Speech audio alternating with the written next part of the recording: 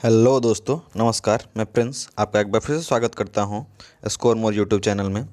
देखिए, एक बहुत बड़ी न्यूज़ आपके सामने है। आईजीसीएआर क्या होता है? Indira Gandhi centre for atomic research. इसमें आईटीआई, डिप्लोमा, इंजीनियरिंग जितने भी स्टूडेंट्स हैं उन सब के लिए वैकेंसी आ चुकी है। स्पेशली मैं इसमें बात करूंगा डिप्लोमा और आईटीआई वाले स्टूडेंट्स के लिए, और साथ साथ नॉर्मल डिग्री भी जिसके पास है साइंस की, जो इसने बीएससी किया है फिजिक्स मैथ्स केमिस्ट्री से, उनके लिए भी वैकेंसी है। तो आप सब इस फॉर्म को भर सकते हैं। देखिए, इस फॉर्म का डेट पहले कुछ और था, लेकिन बाद में इसमें एक्सटेंशन किया गया। मैं आपको दिखा दूं कब तक एक्सटेंड किया गया है। तो 21/7/2021 तक आप इस फॉर्म को भर सकते हैं। इसके बारे में और भी डिटेल्स क्या क्या है और सब मैं आपको इसका ऑफिशियल नोटिफिकेशन अभी दिखा देता हूँ। तो चलिए हम लोग ऑफिशियल नोटिफिकेशन की ओर बढ़ते हैं। ये रहा हमारा ऑफिशियल नोटिफिकेशन। ये इंडियन गवर्नमेंट की संस्था है, ठीक है। Indira Gandhi centre for atomic research, ये कलपक्कम में इसका जो ब्रांच है वहाँ से ये फॉर्म आया है। तो वहाँ पे देख सकते हैं आप लोग। आपके लिए फॉर्म कौन कौन सा है मैं आपको बता दूं।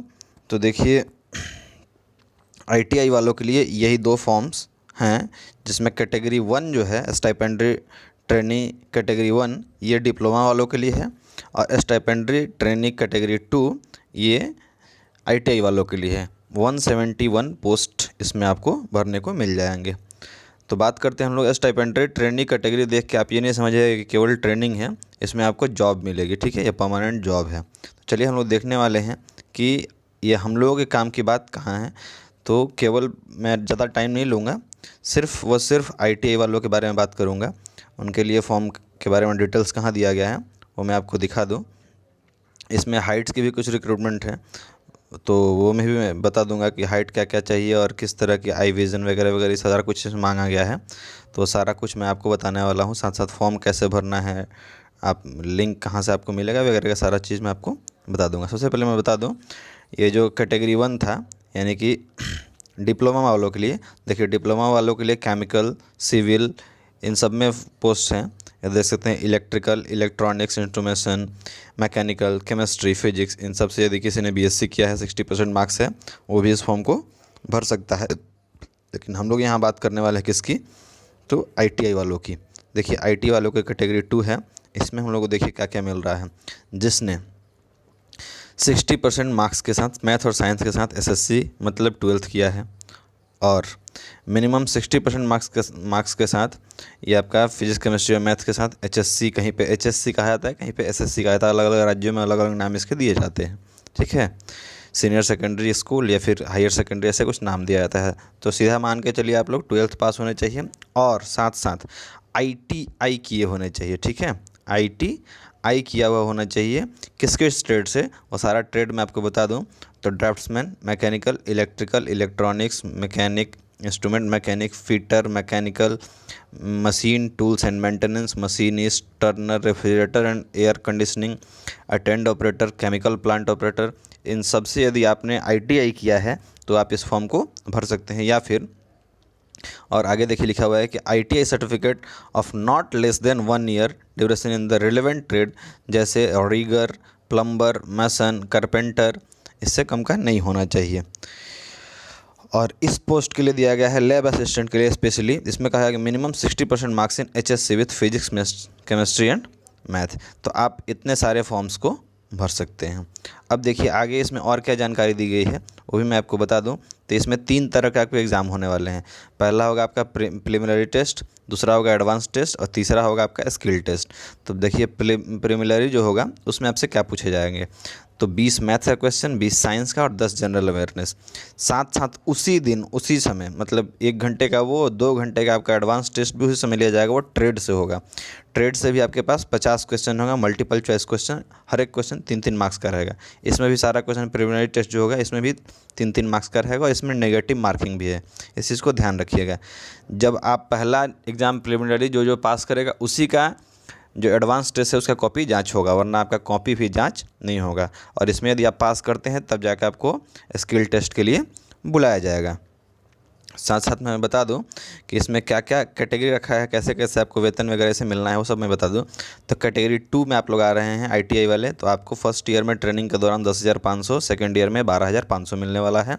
और साथ साथ एक समय में 3,000 रुपये बुक अलाउंस आपको मिल जाएगा।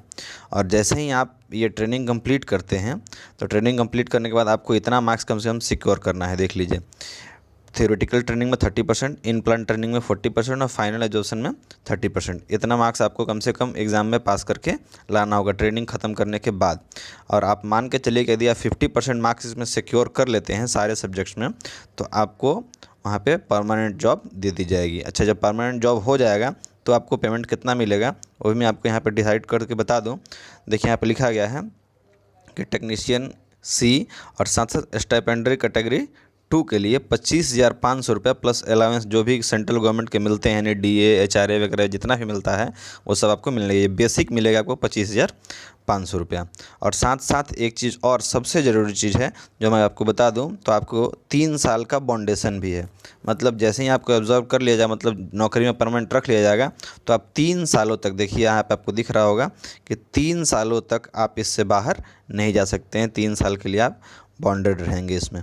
ठीक है, अब बढ़ते हैं आगे। फिजिकल स्टैंडर्ड के बारे में कुछ बात की गई है। तो आपका हाइट जो होना चाहिए वो 152 सेंटीमीटर से कम नहीं होना चाहिए। साथ साथ वेट के बारे में बताया गया है कि BMI रेंज, मतलब होता है बॉडी मास इंडेक्स जो होता है रेंज, वो फ्रॉम 18.5 से नॉट लेस देन 25, इतना के बीच में होना चाहिए। Candidate with BMI 17 to 18.5, mild thinness, इसको बोलते हैं माइल्ड थिननेस, साथ साथ 25 से लेकर 27.5 तक।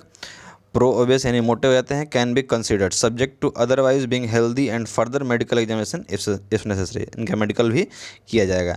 विजन भी आपका देखिए क्या लिखा गया है, night colour blindness shall be disqualified. जिसका नाइट कलर ब्लाइंडनेस हो गया, मतलब एक तो आपको कलर लाल और हरा वाला नहीं पहचान में आ रहा होगा, साथ साथ यदि नाइट में आपका दिक्कत है, मतलब क्या कहता है रतौंधी, उसमें भी आपको छांटा जा सकता है। डिस्टेंस विजन कितना होना चाहिए, 16/18 और बेटर विदाउट वियरिंग ग्लास और एनी अदर एड। और करेक्टेबल 6/6, near vision N8 without wearing glass और करेक्टेबल N6 तक, तो इसमें आपको एलिजिबल माना जाएगा। तो इस तरह से आप फॉर्म को अप्लाई कर सकते हैं। इसका ऑफिशियल वेबसाइट का जो लिंक है मैं आपको दे दूंगा। साथ साथ देखिए फॉर्म भरने का पैसा कितना लगेगा। तो आप ITI किए हैं तो आपको 200 रुपया, यदि आप वो डिप्लोमा किए हैं तो आपको और डिप्लोमा करने वाले को 200 रुपये, जो आपने ITI किया है तो आपको 100 रुपये इसमें फॉर्म भरने के चार्जेस लगेंगे। तो आप लोग अभी जाइए और इस फॉर्म को कंप्लीट कर लीजिए। बाकी सारे इधर इंस्ट्रक्शंस दिए हुए हैं। साथ साथ इसका एग्ज़ाम कहाँ होगा वो भी बता दूँ, आपके नियरेस्ट सिटी में सब जगह एग्ज़ाम होगा। यदि आप बिहार से हैं तो आपको पटना में एग्ज़ाम मिल जाएगा, UP से हैं तो आपको लखनऊ में एग्ज़ाम मिल जाएगा, बंगाल से हैं तो आपको कोलकाता में एग्ज़ाम मिल जाएगा। आप कहाँ से हैं आप हमें कमेंट सेक्शन में ज़रूर बताएंगे आप किस राज्य से बिलोंग करते हैं। और यहाँ पर देख सकते हैं हर राज्य के लिए आपके पास क्या होंगे, 4 ऑप्शन चूज करने के लिए होंगे। आप चूज कर सकते हैं कहाँ पे आप अपना सारा एग्ज़ाम देंगे।